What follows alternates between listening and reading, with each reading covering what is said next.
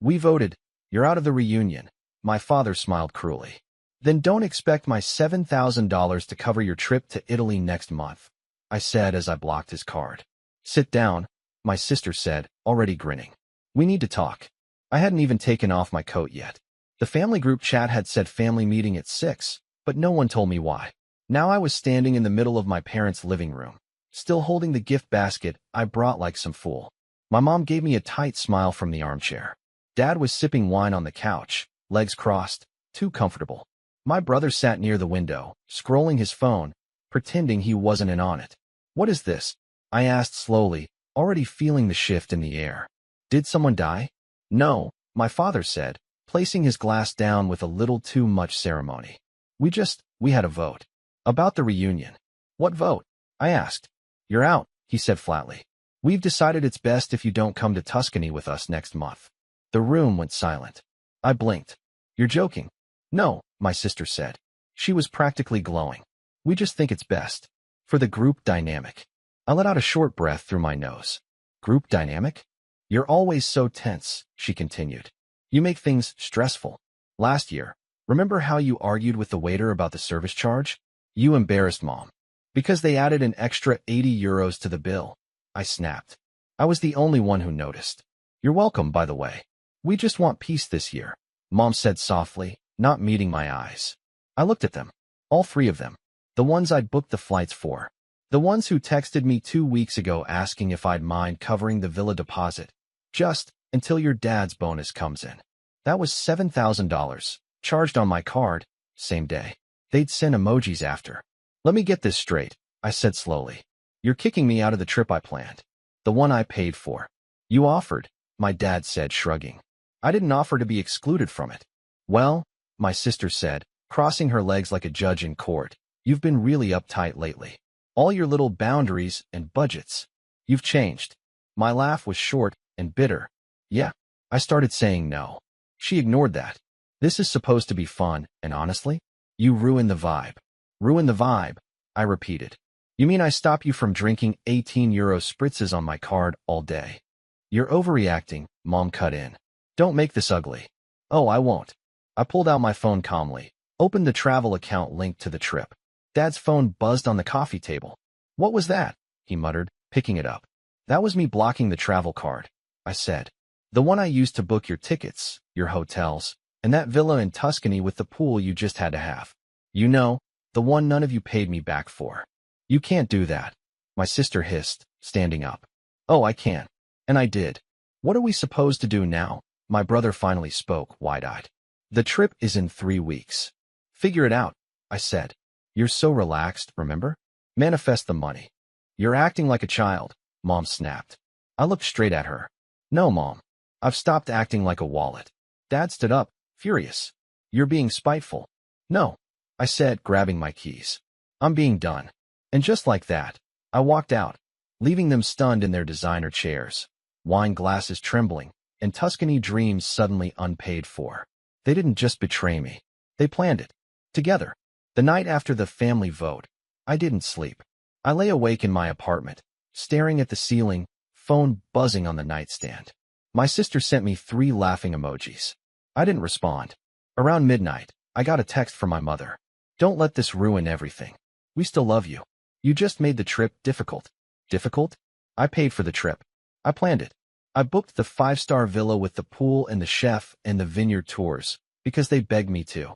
And now I was the problem? But it was the next morning that everything truly unraveled. My cousin Maya called.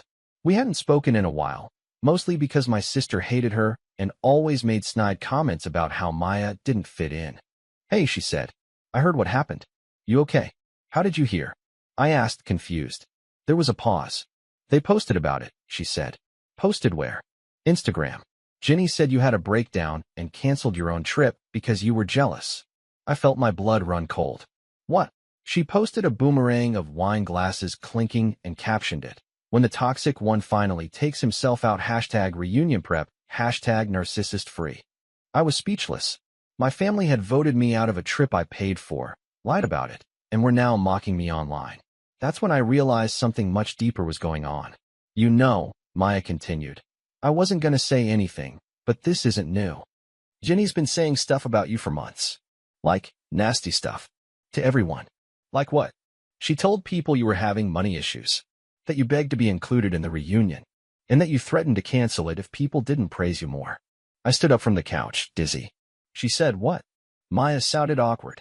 She's been planting it everywhere. I think she's trying to isolate you. I hung up without saying goodbye. That same hour, I logged into my email.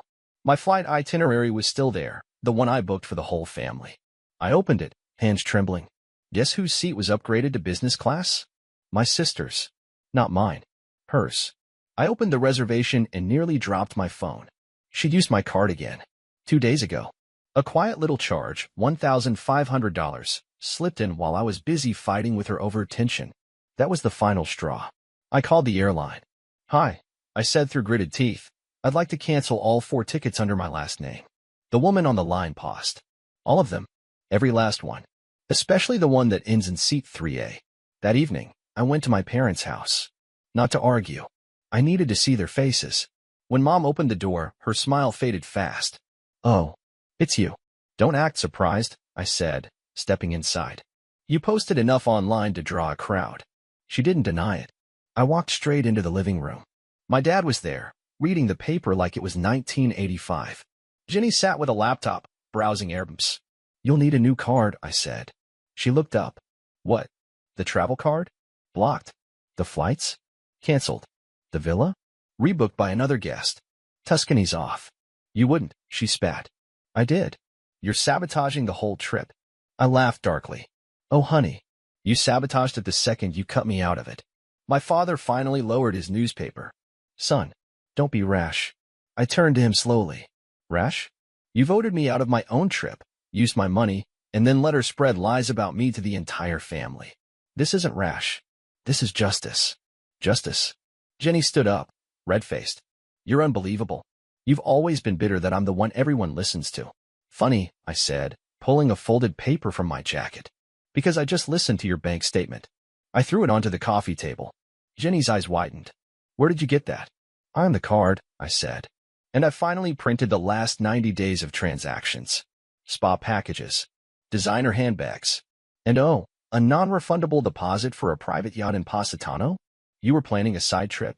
Mom stood up. Let's all calm down now. Calm. I barked. You called me difficult because I asked for receipts.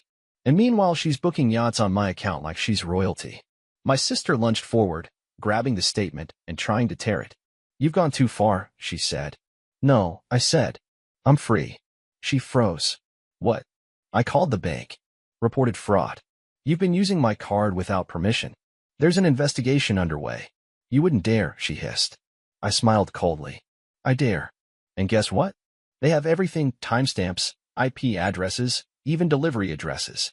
You're not just losing your vacation. You're about to lose your credit score. Get out, she screamed, face flushed. You're not part of this family anymore. Finally, I said. Something we agree on. I turned to the door, pausing just long enough to say one last thing. Good luck explaining to the relatives why you're not in Italy next month. And why the police might call. They thought they could humiliate me quietly. So I made noise. Loud, public, unforgettable noise. 1 week after I froze the travel card and canceled their dream vacation to Italy, I got a letter. Not a message, not a call, an actual letter. From a lawyer. At first, I thought it was a scam. But no, it was real. A formal legal notice, neatly printed and signed. On behalf of Mr. and Mrs. Walker and their daughter, Jennifer Walker. My own parents and sister had lawyered up against me. They were threatening legal action over the financial disruption I'd caused by withdrawing support at a critical time. I stood in my kitchen holding the paper, shaking with a mix of fury and disbelief. These people, my family, had used my money, my generosity, and when I set a boundary, they tried to sue me for it. I didn't reply. I didn't call. I made a plan. Saturday, 6 p.m., family dinner. The last one I'd ever attend. My dad opened the door and went pale the second he saw me. What are you doing here? He barked. I smiled. Oh, come on. You invited me. Didn't you read your own lawyer's letter? He stepped back but said nothing. Inside, everyone was already seated. My mom, Jenny, her boyfriend, my brother Liam, a couple of nosy aunts who loved gossip. Perfect. I walked in, set my tablet down on the coffee table, and plugged in the HDMI. Jenny rolled her eyes. What is this? Some dramatic stunt? Oh, just a little slideshow, I said cheerfully. Figured we could all be on the same page before you drag me to court. I swear to God, she started, but I hit play. The first slide, a screenshot of her using my card to upgrade her flight to business class. Next slide, a hotel receipt under my name, but her signature. $800 for a luxury suite. Then a video. Security footage of her checking in at a downtown hotel, laughing with her boyfriend, tapping my card. The room went dead quiet. What is this? My mom asked, voice low. Jenny stood up, snatched the tablet, but I already had the files backed up. This is a setup, she yelled. He's manipulating everything. I looked directly at her. Funny how the setup aligns perfectly with your exact spending history, down to the spa appointments and dinner reservations. You don't understand how stressed I've been, she snapped. You promised to help us. I stepped forward. I helped. I paid. I bled. You stole. My dad slammed his hand on the table. That's enough. You're destroying this family. I turned to him, eyes locked. You destroyed it the second you called a vote to exile me, then tried to sue me with the daughter who's been committing credit card fraud for months. I'm your father, and I'm done being your piggy bank. Jenny hissed through her teeth. You're pathetic. Oh, I'm just getting started. I pulled out the final document, a letter from the fraud department of my bank. Official notice of an open investigation into unauthorized charges made by Jennifer Walker. Dated, signed, sealed. Liam, who had stayed silent until now, leaned forward. You really filed that? I turned to him. Yes, and I gave her a week to pay it back. She didn't. She posted memes instead. Seriously, he whispered. Jenny turned to him. You're really going to take his side?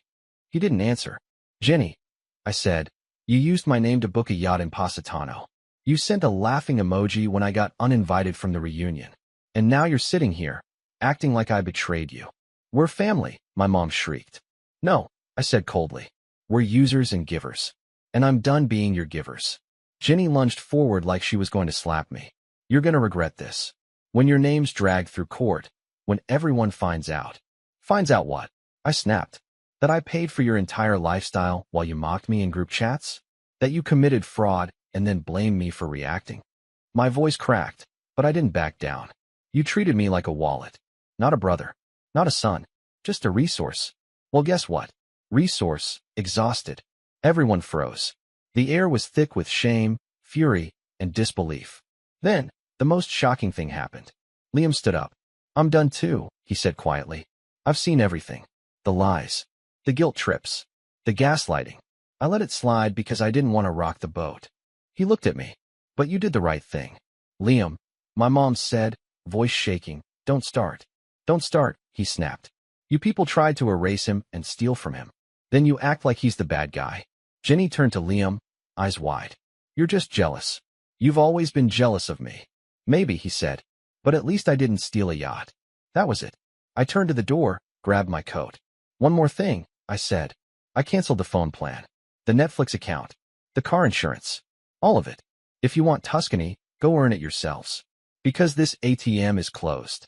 Then I walked out. And this time, I didn't look back. They thought I'd fall apart. Instead, they did. The night after I walked out of that dinner. No, that battlefield. I didn't sleep. But not because I was anxious. I was alive. For the first time in my life, I wasn't the one apologizing, shrinking, second-guessing myself while everyone else made excuses. I stood up. I fought back. And I didn't flinch. And now, the dominoes started falling. Day 1, the silence. The next morning, my phone was strangely quiet. No you went too far messages. No guilt tripping from mom. No desperate calls from dad. Just peace. I made coffee. I opened the windows. I turned on my favorite playlist and danced like someone who had burned the bridge and enjoyed the fire. But the silence wasn't going to last. At 3:42 p.m., it cracked. A message from Liam. They're freaking out. Mom's crying. Jenny's locked herself in her room. Dad says you destroyed the family. LOL. I smirked. Did you tell him I'm the one who paid to keep it afloat for the last 6 years? Liam replied with one word. Yup. Day 2. Public fallout. The next day, my inbox exploded, but not from my family. It was extended family. Cousins. Second cousins. Aunts I hadn't spoken to in years. Everyone had seen Jenny's now-deleted Instagram stories, the lawyer letter, the fraud claims, and they were pissed at her. "I'm so sorry. We had no idea what you were dealing with. I always knew something was off with Jenny. But this. If you need a place to stay, our guest room is open. You're not alone." One message stood out. It was from Aunt Clara, my mom's older sister, who had once disowned her over an inheritance fight 20 years ago. "You did what none of us ever had the courage to do. You stood up to her. I'm proud of you." I didn't even realize I was crying until I saw the teardrop hit my keyboard. Day 3, Jenny's collapse. I was at the gym, mid-rep, when Liam called. "She did it," he said. "Did what?" "She broke down. Like, full-on meltdown. Screaming at mom and dad. Threw a wine glass. Said it's all your fault because now the extended family is blacklisting her." I sat down on the bench, breathless. "She said what?" "She said you humiliated her, destroyed her image, and ruined her chances with Brian. You remember Brian? That dentist she's been stringing along." "Oh, yeah," I said. "Mr. Prenup." "Exactly. Word got out about the fraud thing. He cut her off cold. Told her he doesn't date criminals." I nearly choked from laughing.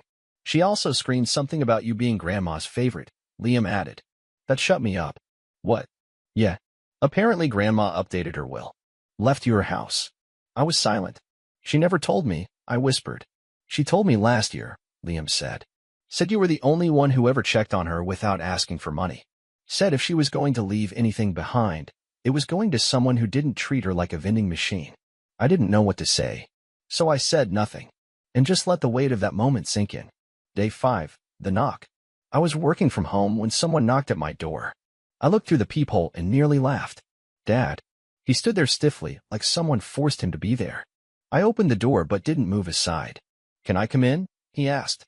"No," I said simply. He flinched, then tried to smile. "I just wanted to talk." I leaned against the frame. "Now you want to talk?" He rubbed the back of his neck. "Look, your mom's not doing well. She hasn't eaten much since the dinner. And Jenny." "Dad," I said sharply, "if you're here to guilt-trip me, turn around. I'm done being the family apology." He blinked. "That's not fair." "No," I snapped. "What's not fair is how you let Jenny humiliate me, steal from me, lie to the entire family, and you backed her up like she was royalty. She's your sister. And I was your son." I barked. "I paid for your vacations. I covered bills when you said, money's tight. And all I ever got in return was side eyes and silence." He went quiet. "I didn't come here to argue," he said. "I just wanted to say we were wrong. All of us." I looked at him. "You let them erase me," I said. "And now that the money's gone, now that Jenny's exposed, now you remember who I am?" He didn't answer. But before he left, he asked, quietly, "Is there any chance we can fix this?" I didn't hesitate. "No." And I shut the door. Day 7, the shift. The next Sunday, I woke up late, brewed strong coffee, and opened my laptop. I wasn't thinking about Italy. I was thinking about Iceland. A solo trip. My way. No guilt. No expectations. Just me and the sky and the silence. I booked it. Then I opened my messages and saw one that stopped me in my tracks. It was from Jenny. Not a rant. Not an insult. Just, "You win. Hope you're happy." I stared at it for a while. And then I typed back. It wasn't about winning. It was about finally stopping the game. And I blocked her. The new normal. It's been weeks now. I moved to a new apartment. Bigger, brighter, and most importantly, mine. I changed my number. Closed all shared accounts. Got a new credit card. Set strict boundaries with everyone. Even Liam, who's still figuring himself out. And you know what? I don't miss them. Not the drama. Not the guilt. Not the never-ending script where I'm the selfish one, because I said no while they lived off my silence. I've got peace now. Real peace. And every time I get the urge to call or explain or go back, I ask myself, would you set yourself on fire again just to keep them warm? And the answer is always the same. No. They wanted to break me. Instead, I broke the cycle. I used to think that being the good one and the family meant always saying yes. Yes to paying. Yes to forgiving. Yes to being the quiet one while everyone else yelled. But the truth is, I was never the good one in their eyes. I was the useful one. And when I stopped being useful, I became the enemy. That realization hit me like a bullet one morning, 2 months after the dinner. I was on a hike, alone, standing on a cliffside overlooking the ocean. The wind whipped through my jacket. Waves crashed violently below. My phone buzzed in my pocket, one new voicemail. From my mother. We miss you. Jenny's been going to therapy. Your father barely speaks. Can't we just go back to the way things were? I laughed out loud. Back? Back to what? Back to being the silent sponsor of their lifestyle? Back to being mocked, manipulated, erased? Back to the version of myself who mistook being drained for being loved? No, never again. A week later, I got a letter, handwritten, from Jenny. I don't expect you to forgive me. I just want you to know I've lost everything. Brian, my job, my friends. Mom says you're happier without us, and I think she's right. But it still hurts. I don't even know who I am anymore. She enclosed a check for $7,000. I stared at it. Not because I needed the money. I'd already rebuilt more than they'd ever taken, but because it symbolized something bigger. Accountability. I didn't cash it. I mailed it back with one line written on the envelope. You can't buy peace with money. I learned that the hard way. But the final closure came weeks later. Out of nowhere. I was at a bookstore, flipping through a novel when I heard a voice behind me. Hey, is your name Walker? I turned. A woman stood there, maybe in her 30s, holding a toddler. I'm sorry, she said quickly. I think you helped my sister once. A few years ago. With rent. She said your family turned on you. I blinked. Yeah? She told me about you. She said, he showed me what boundaries look like. The woman smiled. Just wanted to say thanks. That's it. And then she walked away. I stood there, frozen, heart hammering. A stranger. Someone I didn't even remember helping. And yet, my story had traveled. My strength had echoed. Not in headlines. Not in drama. But in quiet transformation. So here's the truth I wish someone had told me years ago. You don't owe anyone your destruction. Not for love. Not for loyalty. Not even for blood. Family is not who you're born to. It's who respects you when you say enough. And me? I said it. I meant it. And I never looked back. Final line. I am not their ATM. Not their scapegoat. Not their safety net. I am free. And I will never pay for my own silence again.